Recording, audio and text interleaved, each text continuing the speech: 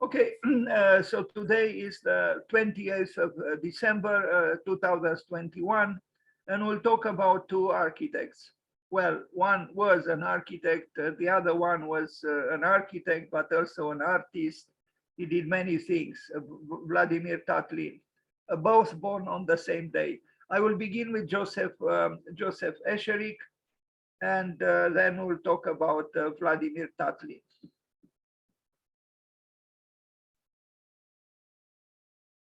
So Esherick was born in Philadelphia, Pennsylvania. He graduated from the University of Pennsylvania in 1937 with a Bachelor of Architecture degree. Esherick worked for the Bay Area modernist pioneer Gardner Daly, set up his own practice in the San Francisco Bay Area as early as 1950, and taught at the University of California, Berkeley, for many years. He was awarded the AIA, that is the American Institute of Architects, gold medal in 1989. So let's see, first of all, how he looked like. He does look like an architect somehow, and a professor, rather elegant and handsome. Here is another picture of him, a little bit older, and another one. You know, there are interesting architects that we don't talk often, and he is one of them. He was not a radical architect, but I think he did some interesting works, and we are going to see them. So Joseph F. Esherick, here is a sketch by him. I'm glad that he showed the, you know, the sun on the sky, and also, you know, he shows, you know, some interesting arrows there that do nothing else but testify about his interest about what is called the environment. So he was, in a certain way, an architect with environmentalist interests, and as such, I think he is very, you know, important for our time. Because I think, and it's not that I think, but it is a preoccupation in the present to not be indifferent to what we call the environment. So unfortunately, I couldn't find pictures for all of the houses that he did. He mainly built, mainly, but not only, private residences. This one, I couldn't find a picture from 1957, or for this one, but for this one I did. Cary House, Mill Valley in California, 1960. And you see the language, the architectural language is clearly modernistic, but it's not an aggressive modernity. It's a, you know, mild modernity, if we are to call it so. But I think mid-century modernity is appealing, not just in the United States, but also in Europe. After the war, after the Second World War, the world rejuvenated itself through modernism, a modernism which was not revolutionary like at the beginning of the 20th century, but it was more adapted to, you know, to civilization, if we are to call it so. Was yes, more tempered modernism. And this house is, you know, part of that mid-century aesthetics that were promoted by many architects, and again, not just in the United States, in Europe as well. Now, Harold E. Jones Child Study Center at the University of California in Berkeley, also from 1960. You see a very, you know, down-to-earth building with nothing extravagant. Sorry about the resolution of the picture or of the pictures. But I admire this, you know, modest approach to architecture, with nothing monumental or you know, alarming statements. And in this case, being also a center for children, even more appropriately so. I think this kind of mild or moderate modernism has a significance and could have a resonance for us too. And in fact, it does. Bermak House in Oakland, California, 1963. He worked with the architect Peter Dodge. Again, it's not an architecture that would make you say, wow, but it is probably a very pleasant house. And not just to live in, but also to study and admire from pictures like this one. Yes, it was something about the mid-century, mid-20th century architecture, which continues to be appealing. Unfortunately, we are in a different time. We are in a different century. The optimism that existed then is not ours any longer. So to build in this way today would appear a little bit anachronistic, a little bit. Now here is a house which is, dramatic, considering, his work at large. It's dramatic because of the landscape. It's the interior doesn't announce you for the drama of the exterior, but we can see that the building is rather adventurous. The Cartesian plan, could be misleading if read from the position of someone who rejected the drama. I think there is drama here. I like this building. It's in a way it could be compared. Some people might say you cannot compare The Falling Water by Frank Lloyd Wright with this building by Joseph Esherick, but in a way you can. This building is more modest, but it has something of that heroic positioning vis-a-vis the landscape. In this case, it is dramatic, but in the case of The Falling Water, it's dramatic too, mainly because of the falling water.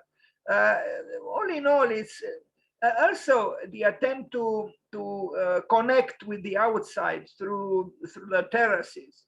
Now, this terrace is much smaller than the terrace that Frank Lloyd Wright envisioned and built for Mr. Kaufman and his family in Pennsylvania, that is for falling water. But, also this building is more modest, despite the heroic stance, it is more modest. But I like its modesty, actually. It has a level of fragility, which combined with the heroic, positioning, vertically speaking, is rather interesting. So too bad I don't have very, very fine pictures. I should have amplified this presentation. But anyway, if this work interests you, you could search on the web for other images. I did, but maybe I didn't search enough. Now, a sea ranch house designed and previously owned by Joseph Esherick, meaning by himself, from 1966. Look at this building. It's, in a way, a modest building compared to, what the United States was capable of doing and still is capable of doing, and not just the United States, perhaps. It's rather a modest building. If there is anything that is immodest, is the chimney. But otherwise, the building is, almost subdued. And it's part of a complex, I think. Yes, there are several buildings. It's not just his. It's a cluster of buildings. And I wish I had other pictures of the other buildings. But I like, even if we look at this picture, we see that the buildings are not trying to impose on the landscape. They are not dwarfing the landscape. Rather, the landscape is, abundantly asserting itself. The Cannery, San Francisco, 1968. This is an urban building, a block of flats. Even this one, I think, is interesting, because it seems to blend into the street. It seems to, at first, you might not even notice that it has elements of individuation, like these bow windows.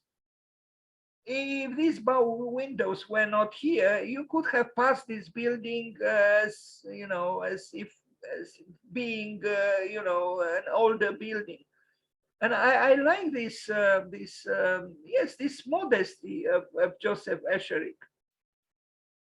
I mean, the building continues the aesthetics of previous buildings and older buildings on the street, and is asserting the new in this rather discreet ways.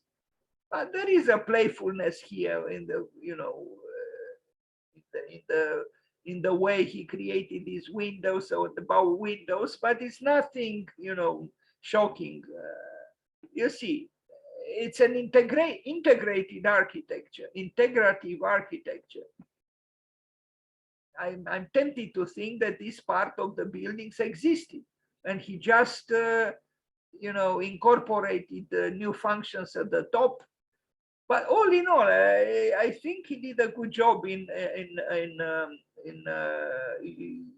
creating a dialogue between the old and the new. A Mountain House in Alamo, California, 1972.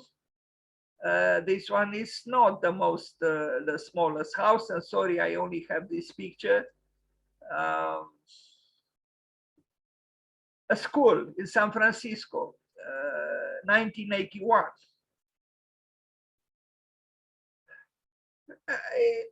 What can we say? It's not an architecture that is claiming, undisputable originality, but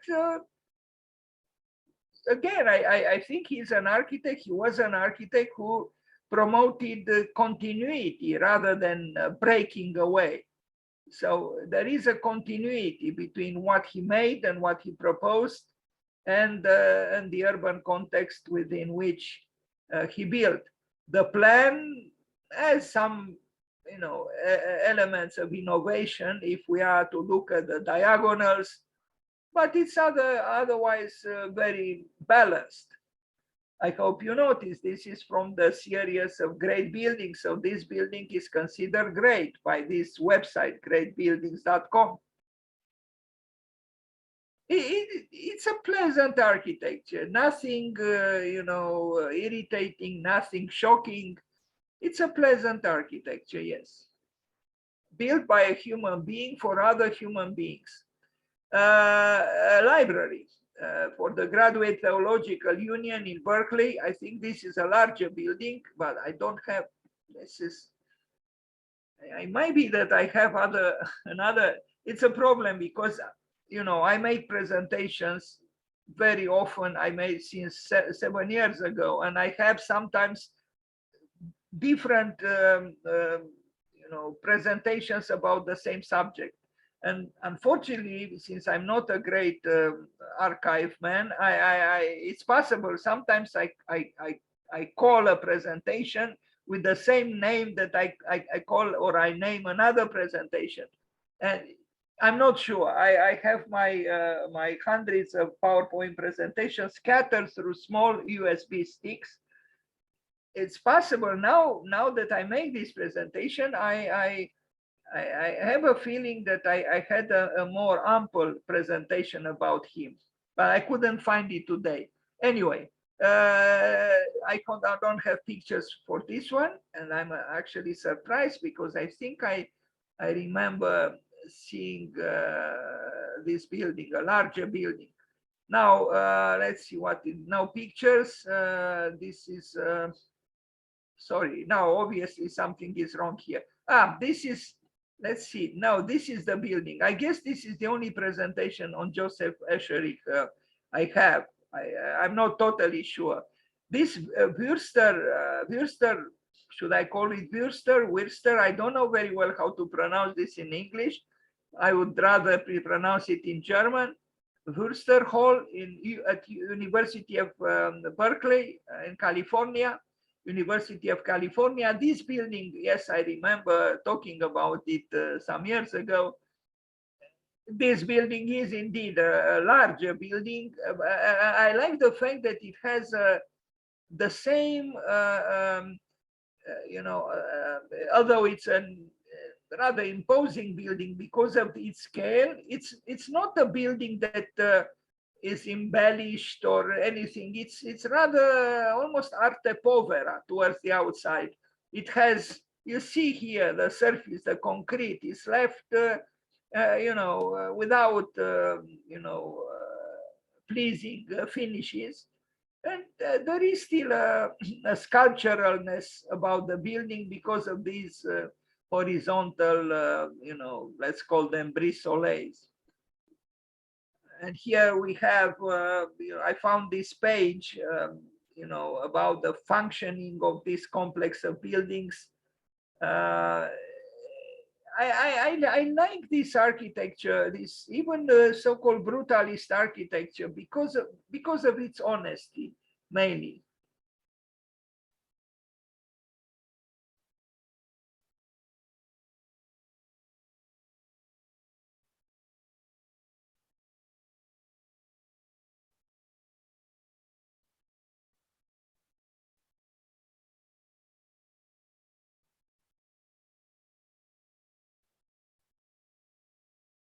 Now the building doesn't seem to be very well kept, seems to be unkept a little bit. I'm surprised, we are dealing with University of Berkeley University, which is famous and very, affluent, but also with left leanings, which I think maybe are connected with what we are looking at here. The left leanings of Berkeley, and it's a university with a history of intense social concerns and so on. I like the building and I like Berkeley from afar. Now McGuire House in this place in California, it was probably built more recently, maybe in the 80s or early 90s. It's a good building, it's a building which, if it was built today, would have been publicized and probably in a legitimate way. Interesting also the patina of, I thought, only in Japan, or maybe he was inspired by that traditional treatment, the burning of the wood. But this shows a certain inclination that Esherick had for patina, for time, essentially, showing the passage of time, this aged wood through burning, or I don't know how he obtained this, probably through burning, is really about a liking of the passage of time. The patina kind of means this. And we have seen something, somehow similar also in the previous building, where, the surface of the building was not, claiming that there are no elements that heat it, or no time that is passing by. I wish I had a plan for this building. But the intuition of an architect who looks at this picture can easily arrive at the conclusion that it's a well-functioning building. And I like the fact that, it's almost like you have a double skin. You have the doors here and the glass wall, but you can enclose here too. So you know, is this sandwiched interstitial space between the outside and the interior of the house, which is probably interesting. The Henry Forks Lodge from 1991 in Idaho. This is a building, you know, again, without claiming great originality, aesthetically speaking, but I think still pleasing for someone who is not, you know, continuously, you know, rebellious. Community school from 1999, so, you know, 22 years ago, it was built. And with this, I will end this short, rather short presentation about Joseph Esherick.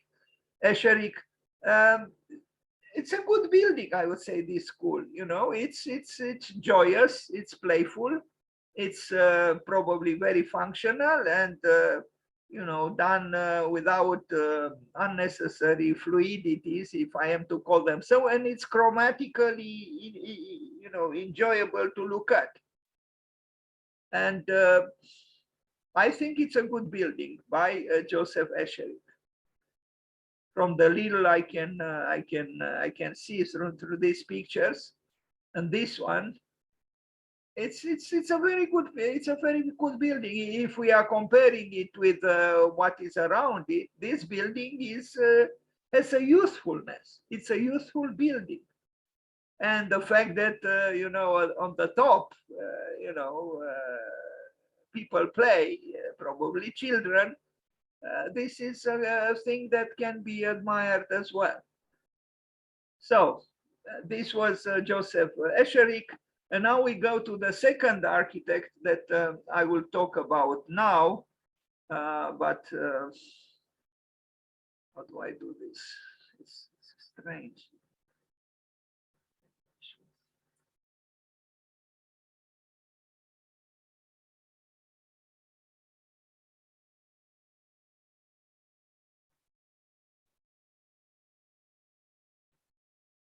Okay, Vladimir Tatlin, also born, but he was actually born on a different day. But at that time when he was born, it was a different system of the old system of, you know, keeping time. But the equivalent is the 28th of December. So let's wish him happy birthday as well. And let's see a little bit. This is a shorter presentation. Tatlin deserves more.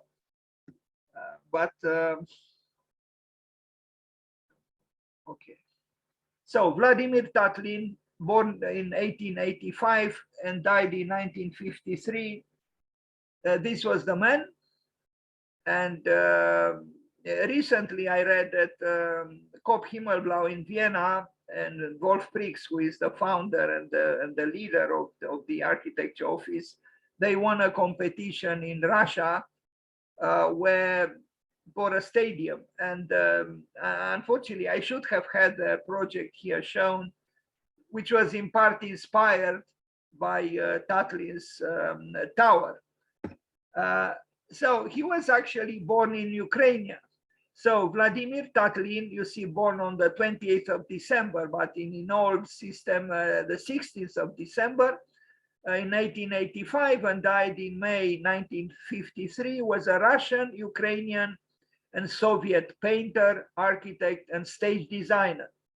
Tatlin achieved, he did other things as well, even fashion design. We are going to see a few works. Tatlin achieved fame as the architect who designed the monument to the Third International, more commonly known as Tatlin's Tower, which he began in 1919. With Kazimir Malevich, he was one of the two most important figures in the Soviet avant-garde art movement of the 1920s. And he later became an important artist in the constructivist movement.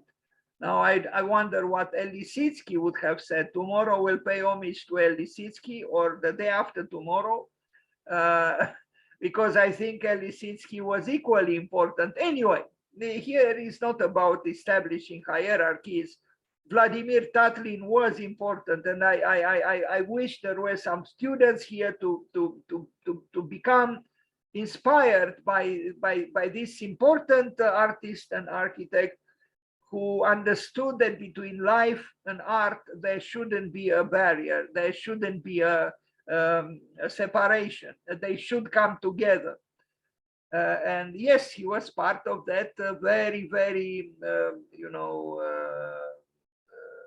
fertile time at the beginning of the 20th century, but in Russia. But that happened because art was stimulated by the revolution, which was a social political event. It was not just a revolution within art.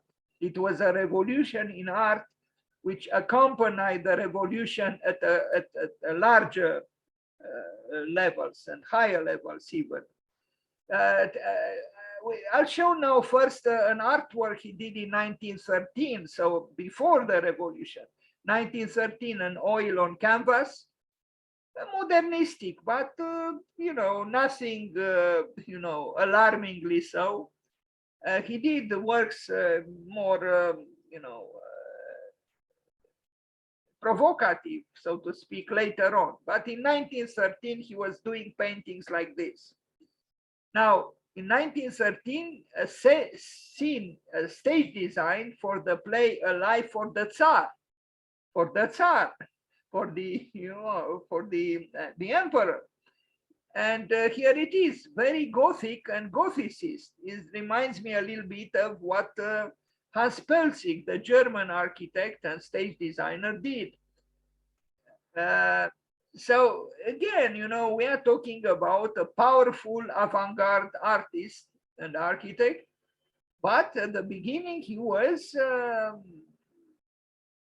influenced by the past, as we can see. Now we arrive at the Tatlin Tower from 1919. He was still young, and this made him very famous because although it was never built, but we are going to see some contemporary even manifestations of this tower.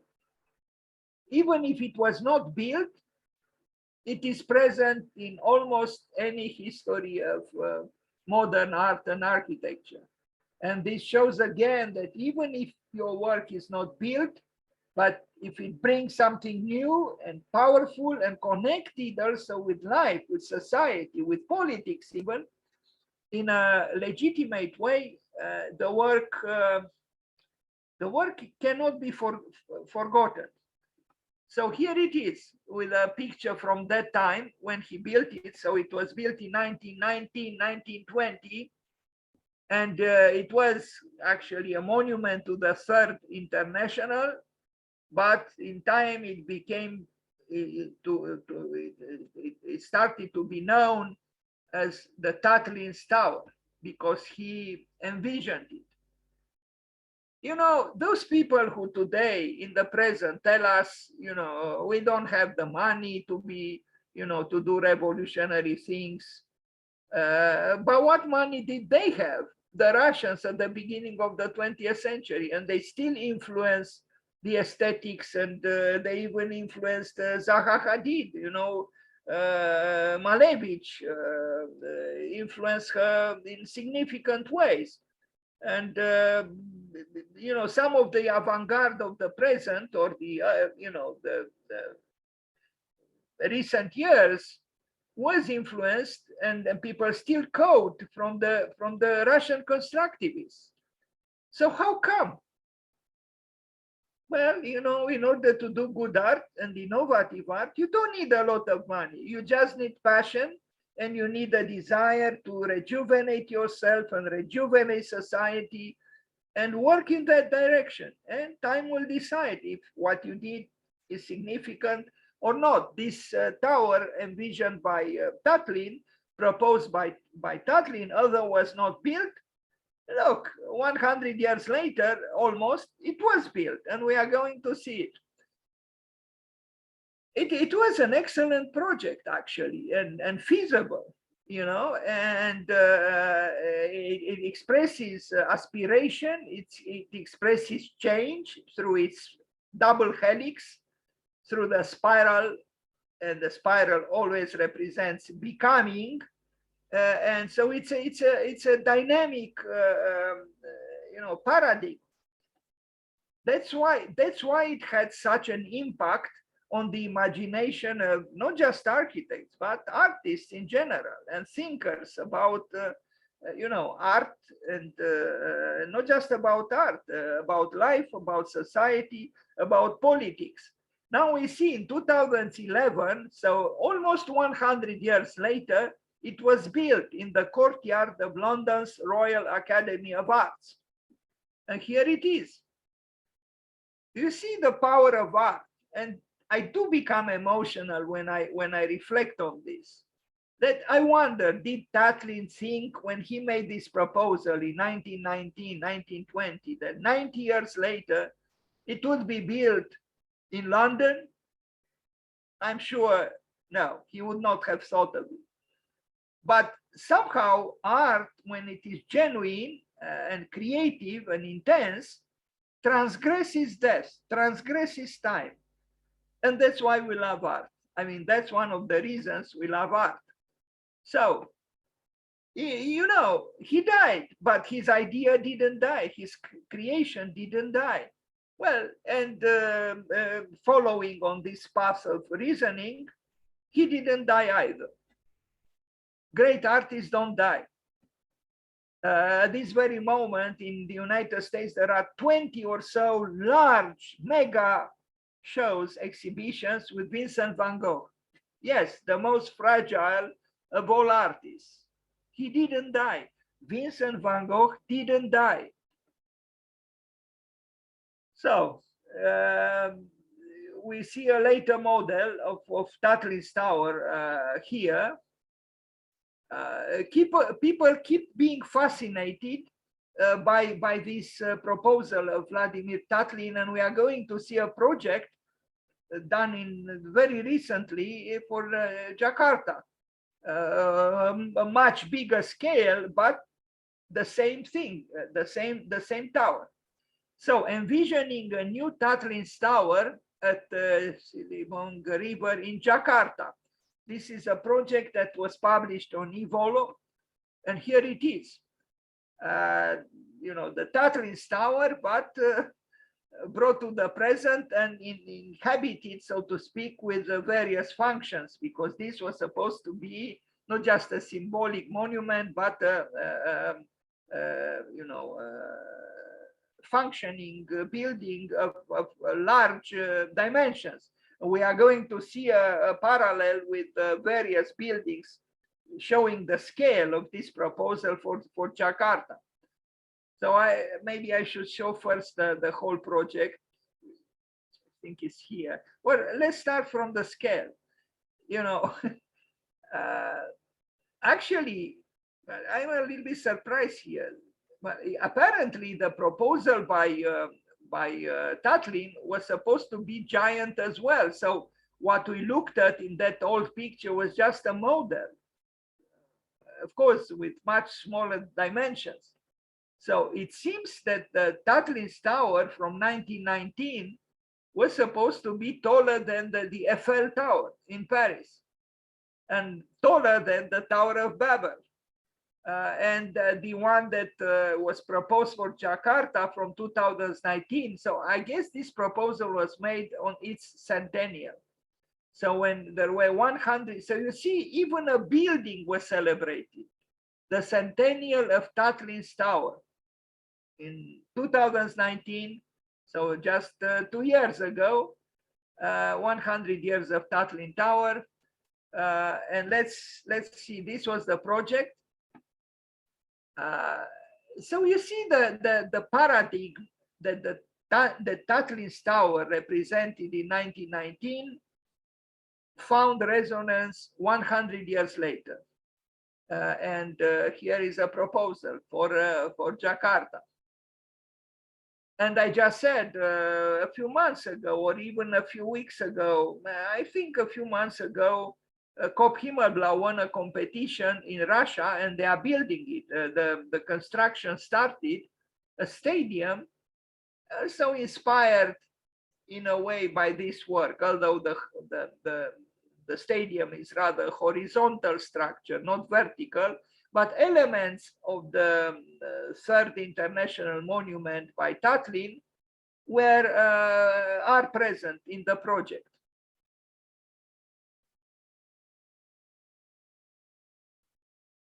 Just as I am thinking of the Endless Column by Constantin Brâncuș. I don't know if you know, but later in his life, Brâncuș was asked by the city of Chicago to envision an apartment building based on the formal paradigm of the Endless Column, and he did make some sketches. From what I understood, it was never built, but very recently something inspired by the Endless Column by Brâncuș was built in Chicago by Studio Gang and Ginny Gang, who was present here on the Zoom platform with us on her birthday in March 2021. So you see again the power of art to inspire over the years gestures in the same field or similar fields. Now in this building, which is a futuristic interpretation of the Tatlin Tower, you see there are all kinds of functions that 100 years ago nobody would have thought of. Who would have thought of bringing the cows inside the Tatlin Tower? Fish farming, clear water tank and sea water tank to provide fish as foods for the Tatlin Tower resident, which the supplies would be sold at the market below. And there we see even an insect farm. And by the way of insects, since it seems indeed that people are more and more aware of what is outside of the human beings, there is an increasing interest and concern for the insects. And there is an architecture firm in New York, Terraform, I think, which even built for insects, not for human beings, for insects, for crickets. There is you can see one such building that they built on the web. It's an interesting preoccupation towards what was historically neglected. Who would have thought now of, again, bringing cows inside a monumental structure like this building, which was supposed to be taller than the Eiffel Tower, or an insect farm. So these aspects, I think, are worthy of talking about and reflecting on them. Vertical farming is a concept that some people talk about already, and you see it here within the third international monument, or the building inspired by the third international monument, designed by Vladimir Tatlin. So this is about the circular economy, which is again something a subject of interest for the present, about the circular economy. And I'm glad actually that such matters find room within an architecture which in different times would not have easily accepted such functions within it. But this this project, which was not built or not built yet, exemplifies what Johann Huizinga said when he said, in order to preserve culture, you must create it. And that's exactly what the authors of this project did. In order to preserve the idea of Vladimir Tatlin, they created a project which was inspired by Tatlin, but it was developed within the framework of the present. And so, this was not just rebuilding the project just as Tatlin envisioned it, but create a new project with new parameters that belong to our time. And I think this approach is the correct one. I regret it was not built. It would have been interesting, but who knows? Maybe one day it will be built. Who knows?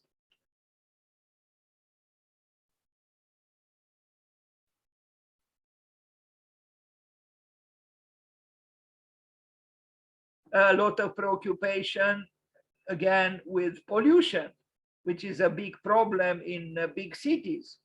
And that's why people begin to renounce their beloved cars and to understand that the quality of the air is what truly matters.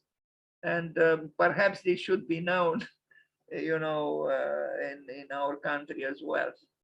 Anyway, let's move forward with Vladimir Tatlin. So here is the imposing tower,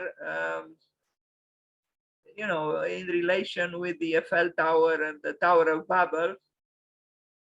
In a way, yes, Tatlin's tower pendulates, so to speak, fluctuates between, what the Tower of Babel meant and looked like, and what the Tour Eiffel meant and looks like.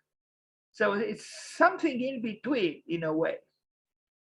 Okay, now I'll show a dress design, because he also designed, clothing. Yes, Tatlin designed clothing too in 1920s. Very modest and, subtly minimalist. It moves me to see that an artist of his caliber cultivated also restraint. And this is an exercise in restraint. I think if this was, produced by Calvin Klein or even Giorgio Armani, would have been quite in line with what they do. Unfortunately, the prices would have been very different from what I imagine Tatlin would have imagined. Now, some costumes from 1923, 1924. Look at them, It's nothing, showy about them. They are functional, they are simple, they are probably, easy to wear. And I like the fact that, again, Tatlin so-called found interest in such matters as well. Bravo to him. But at that time, at least, he was a communist. He was he believed in equality. He believed in, although you might say, but no, looking at these pieces of clothing, I wouldn't say he was a bourgeois. They are well made probably, but they still have some proletarian, air about them. So a sculpture, a human-powered ornithopter. Very interesting, this one, because he was not an engineer. He was not, but he made the sculptural work inspired by, it's not a helicopter, it's an ornithopter. It's a connection between insects and flying machines. And look at this, and I think it's very engaging aesthetically. I don't know if it would have functioned, but it shows how prodigious was the imagination of this artist. Like present day or 20th century Leonardo. He envisioned a flying machine inspired by nature. And even aesthetically, because he was an artist, this looks astonishing and actually, I would say, convincing. So you see here you have the brilliance of a man who was active in various fields, both aesthetical and functional, and as such he was and is inspiring. Yes, Vladimir Tatlin. And now we see another ornithopter. But look, this looks truly science fiction, futuristic. And what I like about it is that it's mechanical, but it's also organic. It's almost, you know, at the meeting between biology and technology. I'm very curious about it. I regret I don't have enough technical knowledge, but I feel tempted, at least, you know, preparing for the next presentation about Tatlin, to learn more about this ingenious creation of this very interesting Russian-Ukrainian artist. And now we see a window cleaner and portrait of Vladimir himself. It's a drawing, it's an artwork, brush on paper. I think he liked the window cleaner. Here he is, the artist, you know, not having the courage to glance at the window cleaner, but I get the feeling he liked her. Anyway, an amusing sketch done by a human being like us. Thank you, and happy birthday, Vladimir.